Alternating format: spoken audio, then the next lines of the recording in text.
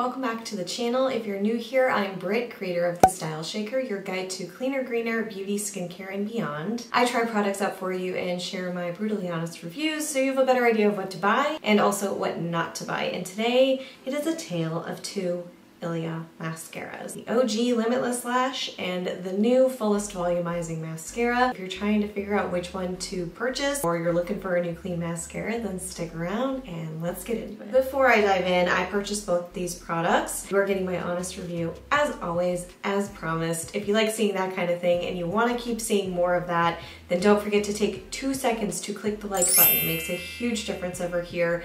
Thank you for doing that. There are 5 differences you might want to hear about when you're considering buying either of these mascaras. Same price, that's not a difference. Just the claims really quickly here. So the Limitless Lash mascara, which was the first ILIA mascara that I tried, it's supposed to lengthen, lift, and separate the lashes for more of a fluttery, fanned out look. That's the key word, fanned out. It's 2 words, let's be honest. Then there's the Volumizing mascara, and that is supposed to, I'll give you 2 seconds. I know, it's gonna volumize, it's shocking. But it's really supposed to be all about weightless, buildable, high volume lashes. So that's what the brand says. Here are the 5 things you might wanna know. First up, the brush, because some people get really turned off by specific brushes, which I totally understand, by the way. Limitless Lash brush is a silicone brush. It's thinner. I find it very easy to work with, but some people really don't like it. It gets more flimsy. Then you have the Volumizing mascara, which is more of that fluffy brush. That might be a deciding factor for you, but I'm guessing not, so we'll get to the other 4.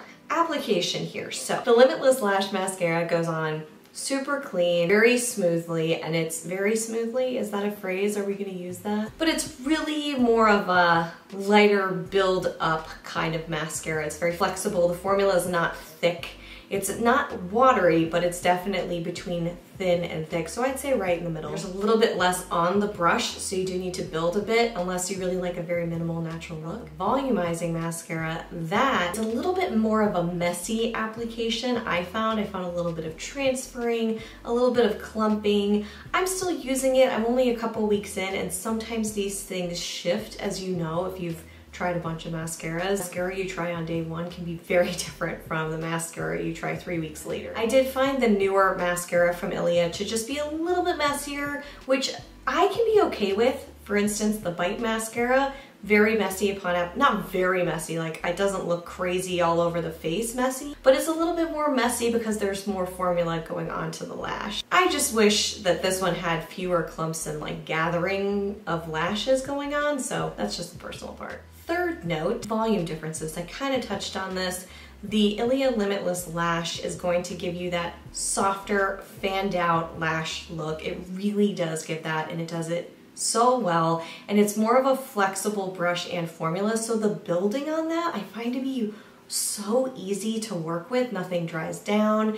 You can really pile it up and wiggle it through. As you do that, sometimes it just messes things up, you know what I mean? That's not the case with this mascara. The more I fussed with it, which I didn't have to a ton, but the more I wanted to build, the better the lashes looked. The Volumizing mascara, so the newest one, I would say it's a little harder to build than the Limitless Lash mascara. It's hard to say these names over and over again, by the way, but woe is me. I saw more volume around each lash root to tip. It did a great job kind of depositing that formula and going from root to tip. It was less about that base fanning, like the Limitless Lash has a lot of fanning at the base of the lash. There really is not a lot of fanning out. It's more about defining the lashes and creating impact through that, and sometimes they grouped together and actually created more of a glam look. The next one is all about that flip. Okay, this is, when I mentioned flip, there's this curl up that you get with the Limitless Lash mascara, which is one of the reasons why I happen to love it. I don't have flat lashes. My lashes do curl pretty well, but if yours don't and you're looking for that,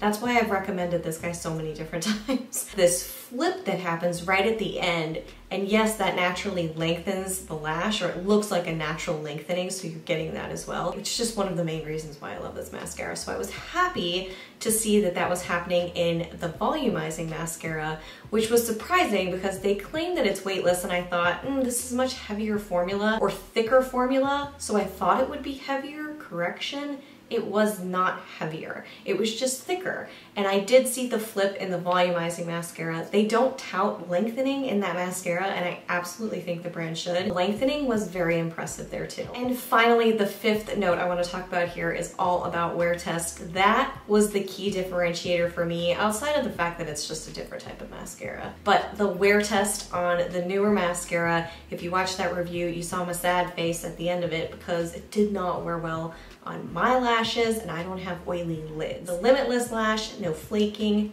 no smudging, no nothing. Wears like a dream. Quick tip, I did hear from one of the subscribers in comments that she has both of these. I'm not saying you should always buy two mascaras at all, but she primes the lashes with the Limitless Lash, and then she uses the volumizing mascara to help prevent some of that smudging by the end of the day. So that way at least you're using it up, because that's key. You don't just want to have it sitting there and collecting dust, right? So those are the 5 things that I wanted to tell you. It's really all I have to mention. I feel like that hopefully is going to give you a better idea of which mascara would be best for you, and maybe neither of these is going to be best for you. You can check out the full reviews. They are on my channel. I will link to them below, just as I will link to these products and also my mascaras playlist. The ILIA Limitless Lash has been in the Britt's Picks favorites category for a while. There is going to be a link to that page as well. Out of hundreds of products I've tried, those are all my favorites on one little landing page. So you can check that out too if you need additional info. So what do you think? Which mascara are you gonna go for? Are you gonna go for the Limitless Lash? More of a natural fan out look? Are you gonna go for the volumizing one? Defined? Impact? All these words? Or neither? Let us know in the comments below. I always love hearing from you. Thank you so much for leaving a comment. Thank you so much for watching. If you did find this helpful and you haven't already, don't forget to like the video, subscribe to the channel. I will see you guys right back here real soon. Until then, bye.